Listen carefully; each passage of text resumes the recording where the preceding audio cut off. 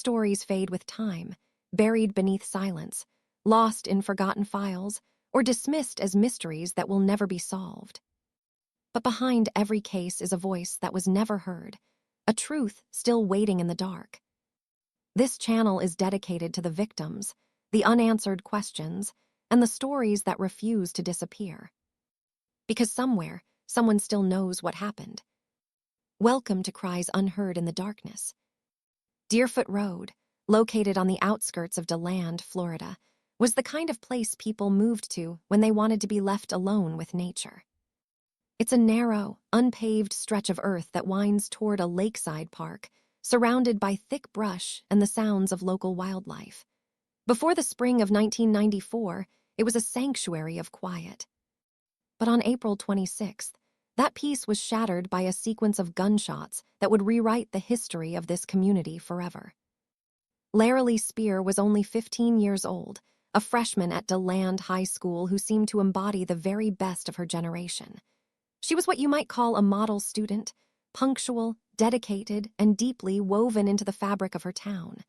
She was a cheerleader, a singer in her church choir, a piano player, and a member of the Kiettes. On that Tuesday afternoon, Laralee stepped off her school bus for what should have been a short walk home. She had no reason to believe she was being watched, but in a terrifyingly brief window of time, Laralee Spear would vanish from the roadside.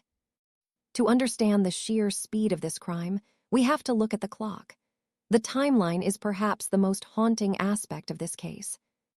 At 3:15 p.m., the school bus arrived at the corner of Deerfoot Road and South Spring Garden Avenue.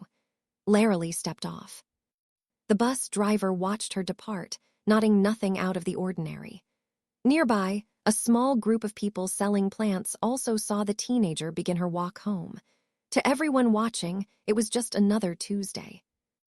Laralee only had to walk about half a mile to reach her front door. Investigators believe she made it only about 200 yards, roughly the length of 2 football fields, before her path was crossed by a killer. It is estimated that Laralee was dead within just 25 minutes of leaving that bus. There was a tragic missed opportunity that afternoon. A neighbor who lived along Deerfoot Road usually spent his afternoons sitting outside in a wheelchair, a constant set of eyes on the street. But on this particular day, he was feeling ill and stayed indoors. Had he been at his usual post, the outcome of this story might have been different. By 4:05 p.m., Laralee's mother, Barbara Spear, knew something was wrong. Her daughter was famously punctual, and the minutes of her absence were screaming. Barbara contacted the sheriff's office, and the response was massive. Within 8 minutes, deputies were dispatched. Within 16 minutes, they were searching the woods and dirt paths. By 4:59 p.m., a police helicopter known as Air One was circling overhead, its crew scanning the dense Florida brush for any sign of a girl in a high school outfit. At 5:35 p.m., a deputy in the helicopter spotted something. Behind a burned-out, abandoned house about 200 yards from the Spear family home, a body was lying on a concrete slab. Ground units moved in and confirmed the unthinkable. It was Laralee. She had been abducted and executed just moments after her bus ride ended. For a time, it seemed the mystery was solved. In November 1994, the investigation focused on a man named Bobby Allen Raleigh. Raleigh was a high school dropout who had been arrested for a vicious double murder in DeLand Springs, a crime that occurred only 6 weeks after Laralee's death. The details of Raleigh's other crimes were stomach-turning.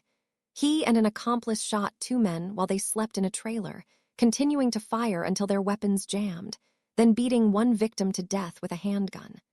While he was in jail awaiting trial, a fellow inmate claimed Raleigh had confessed to the murder of Laralee Spear.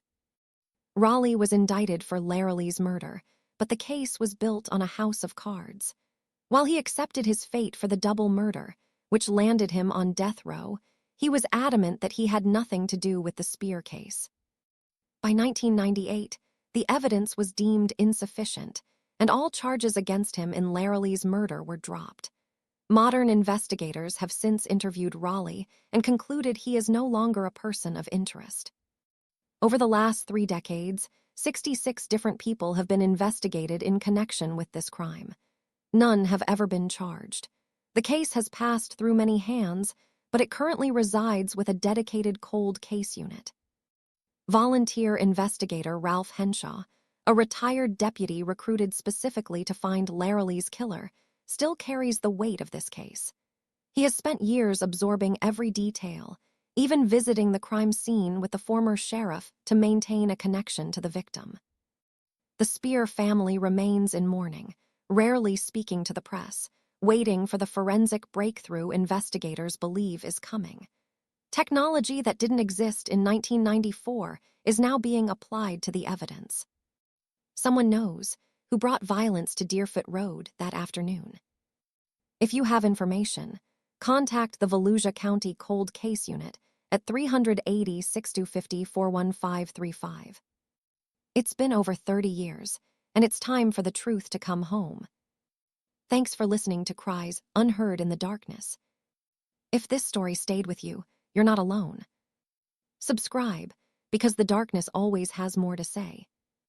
Until next time, listen carefully,